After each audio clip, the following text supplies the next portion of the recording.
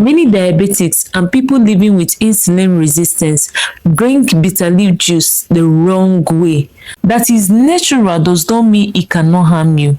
That same leaf that can heal you can as well damage your liver and your kidney. In fact, I know of a woman who died from complications of drinking bitter leaf juice. In this video, I'm going to show you how to drink bitter leaf juice safely to lower your blood sugar. Let's go. Hello, if you just see me for the first time, I am Amara, aka the Mom Scientist, a biomedical scientist, a metabolic health researcher and coach, and all I do on this channel is share practical tips for reversing insulin resistance and diabetes naturally. If that's a thing to you, consider subscribing and joining this family of metabolically health conscious individuals. You're welcome to our tribe. Yes, bitter leaf is powerful, no doubt. Research shows that it can improve insulin sensitivity, lower blood sugar, and reduce inflammation. That's why it's very popular among people living with diabetes, PCOS, and other insulin resistance rooted conditions. You know, when people hear that something is organic or natural, they think it's harmless. The thing is, taking bitter leaf juice in high amounts daily stresses your liver, irritates your stomach lining, and strains the kidney. Taking bitter leaf juice is like taking paracetamol. When you take 2 tablets of paracetamol, it takes care of your headache and your fever. But when you take high doses of paracetamol, it wrecks your liver and your kidney. The same goes for bitter leaf.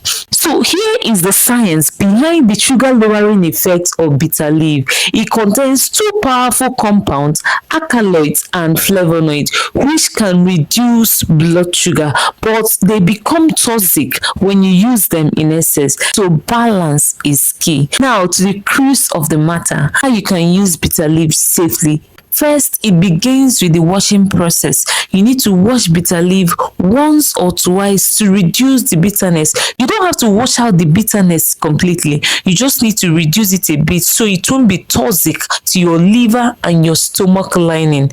And what you wash your bitter leaf with matters.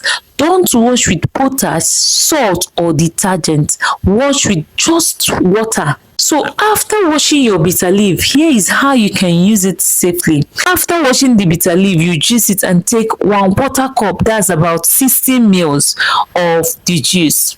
Number 2, ensure you drink it after meals, not before meals. Don't take bitter leaf juice on an empty stomach. Number 3, take it for only 2 to 3 times in a week. 4, take intermittent break. Like after 2 to 3 weeks of taking bitter leaf juice, take like a week break from taking it before you continue taking it again. Don't overuse it. And if you're on diabetic or hypertensive drug, ensure you monitor your numbers daily or talk to a healthcare provider. The last but not the least, bitter leaf is safer when you incorporate it in meals than taking them as juice. Just make sure that it still retains some bitterness. Add it to your soup, add enough bitter leaf to your soup, to your porridge. It will still help boost your insulin sensitivity. I've experienced it myself, so I'm talking from experience. So instead of drinking the juice every now and then, incorporate bitter leaf in your meals. It will still give you the same effect. And please, by all means, avoid bitter leaf juice if you are pregnant, breastfeeding, have kidney or liver issues already, or you have ulcer. Stay away from bitter leaf juice. I've seen people abuse bitter leaf juice over and over again, taking it like they're taking multivitamin. That is natural does not mean it's harmless. The goal is in using it wisely to heal, not to harm yourself. Have you been taking bitter leaf juice? Let me know in the comment section. And if you got value from this video, do well to like, subscribe, and share with people in your circle. You could be helping someone living with diabetes or insulin resistance make better choices. See you in the next video. Catch ya.